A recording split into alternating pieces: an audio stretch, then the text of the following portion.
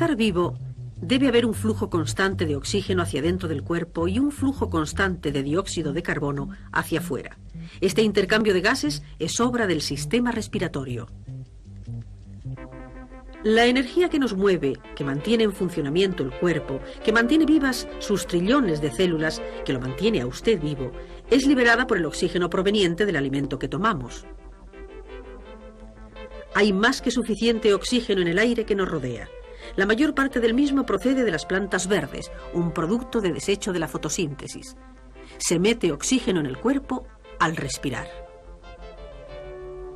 El proceso de respiración implica el trabajo de los pulmones y de la lámina muscular que está por debajo de ellos, el diafragma. La respiración se inicia con señales procedentes del cerebro. Se inspira cuando grupos de células situados en la médula del cerebro envían impulsos nerviosos a los músculos sujetos a las costillas y al diafragma. Los músculos de las costillas se contraen levantando y extendiendo las costillas. El diafragma se contrae y se aplana. Estos dos movimientos aumentan el espacio interior del pecho y expanden los pulmones. Luego, la presión del aire dentro de los pulmones reduce la presión del aire que nos rodea. De este modo, el aire entra rápidamente, esto es, entra en los pulmones un 10% más de aire que el que había antes. Se ha inspirado. Las células nerviosas que están en el forro de los pulmones sienten esta situación expandida. Devuelven los impulsos a la médula y los grupos de células de allí cambian los impulsos que contraen los músculos de las costillas y del diafragma. Estos músculos se relajan. Los pulmones elásticos retroceden un poco y un 10% del aire que contienen se devuelve al aire que nos rodea. Se ha expirado.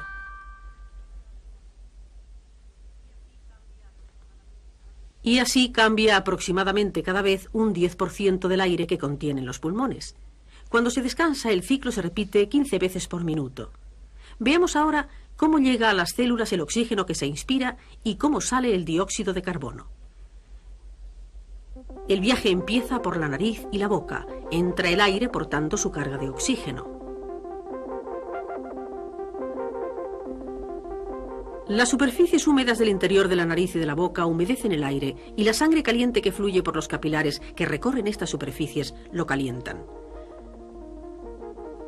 Las superficies están cubiertas también de una mucosa pegajosa que atrapa algunas de las diminutas partículas suspendidas en el aire. Otras partículas caen del aire a medida que se reduce la velocidad. La cavidad que hay detrás de la nariz y de la boca está ocupada por dos tubos. Uno es el esófago, forma parte del sistema digestivo, conduce al estómago. El otro es la tráquea. Forma parte del sistema respiratorio y dirige el aire que inspiramos hacia los pulmones. La entrada de la tráquea está guardada por una tapa muscular, la epiglotis. Mientras se respira, esta tapa permanece abierta, pero tan pronto como empezamos a tragar, se cierra automáticamente, cubre el extremo de la tráquea y normalmente impide que entre en ella y en los pulmones nada que no sea el aire. La tráquea es un tubo blando, pero se apoya y lo mantienen abierto anillos de cartílago. Aquí se puede ver dónde la tráquea se separa del esófago.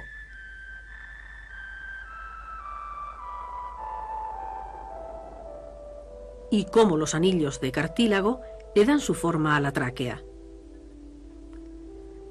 La tráquea está cubierta de pelos diminutos, cilios, que están rodeados de mucosa. Estos cilios vibran, oscilando unas 20 veces por segundo, barriendo más partículas del aire y atrapándolas en la mucosa. El movimiento oscilatorio de los cilios devuelve las partículas hacia la garganta, donde se tragan, y el sistema digestivo se deshace de ellas. El aire que se ha limpiado, calentado y humedecido baja por la tráquea. La tráquea se divide luego en dos tubos menores llamados bronquios.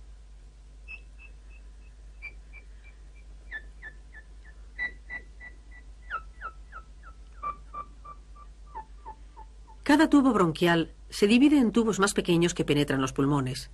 Dentro de los pulmones, estos tubos se dividen y subdividen hasta adquirir un tamaño microscópico. Ahora se llaman bronquiolos. el aire que hemos inspirado viaja por estos pequeños tubos hasta llegar a unos racimos de sacos de aire en sus extremos, los alveolos. Los alveolos forman la superficie interna de los pulmones. Hay unos 300 millones de ellos con una superficie global de unos 70 metros cuadrados.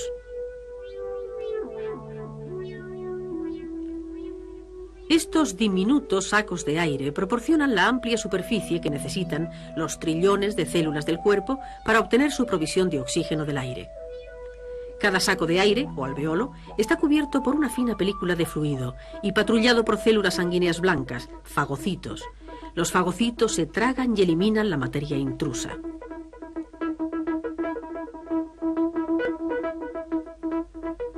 Esta materia intrusa, junto con la mucosa que atrapa también la suciedad del aire, se devuelve a las vías respiratorias por el movimiento de los cilios y luego se elimina del sistema respiratorio.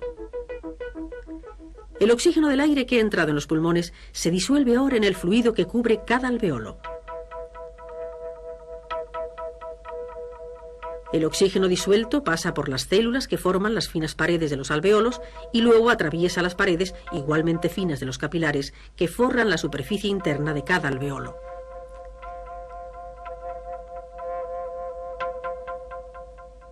Este movimiento del oxígeno es un proceso denominado difusión y funciona de esta manera. Cuando la presión del gas sobre un lado de la membrana celular es mayor que sobre el otro, el gas se moverá por ella hasta que exista la misma presión en ambos lados. Pero si el gas que penetra se elimina constantemente, la presión nunca se iguala y el gas sigue difundiéndose. Y esto es lo que ocurre en los pulmones. El oxígeno que pasa por los alveolos a los capilares se lo está llevando constantemente la sangre.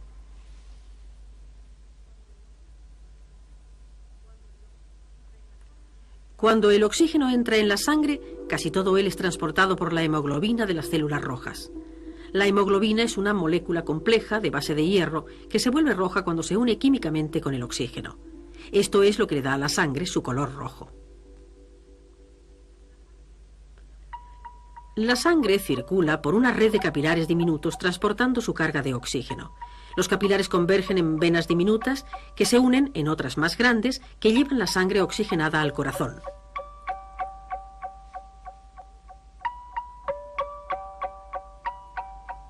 Ahora, el corazón bombea la sangre con su oxígeno a las arterias, que llevan la sangre a todas las partes del cuerpo, llegando finalmente a los capilares de un diámetro tan pequeño que solo puede pasar por ellos una célula roja.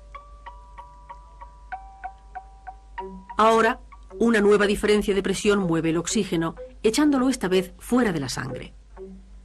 Pasa por las finas paredes de los capilares al fluido que rodea las células y después a las células mismas. Y así se ha cumplido la primera gran tarea del sistema respiratorio. El oxígeno del aire ha llegado a las células. En las células, el oxígeno participa en reacciones químicas que liberan energía de los nutrientes que hay. Uno de los productos de desecho de estas reacciones es dióxido de carbono. Y ahora empieza la segunda gran tarea: sacarlo del cuerpo. Primero, el dióxido de carbono pasa de las células y a través de las paredes de los capilares a la sangre. Gran parte de este gas se une con materiales químicos en la hemoglobina y se queda en las células rojas de la sangre.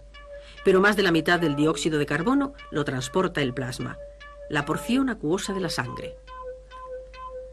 La sangre circulante lleva el dióxido de carbono al corazón y luego a través de él a los pulmones. La sangre afluye de nuevo a los capilares que rodean los sacos de aire, los alveolos, que constituyen los pulmones. Nuevo dióxido de carbono abandona la sangre, pasando por las paredes de los capilares y de los alveolos. El dióxido de carbono entra en el aire que hay dentro de los diminutos alveolos y luego es extraído de ahí hacia el 250.000 de bronquiolos, con lo que el aire desanda el camino hasta los bronquios y la tráquea. Lo expira y se ha efectuado la segunda gran tarea del sistema respiratorio. La cantidad de dióxido de carbono existente en la sangre controla el ritmo y la profundidad de la respiración, porque las células nerviosas de la médula del cerebro son sensibles al contenido de dióxido de carbono de la sangre. Cuando sube el nivel de dióxido de carbono, las células nerviosas envían impulsos a los músculos de las costillas y al diafragma. Acelera el ritmo y la profundidad de la respiración, aumentando la velocidad a la que se puede eliminar el dióxido de carbono del cuerpo. El nivel de dióxido de carbono de la sangre controla también cómo late el corazón y, por tanto, la rapidez con que se mueve la sangre por el sistema circulatorio.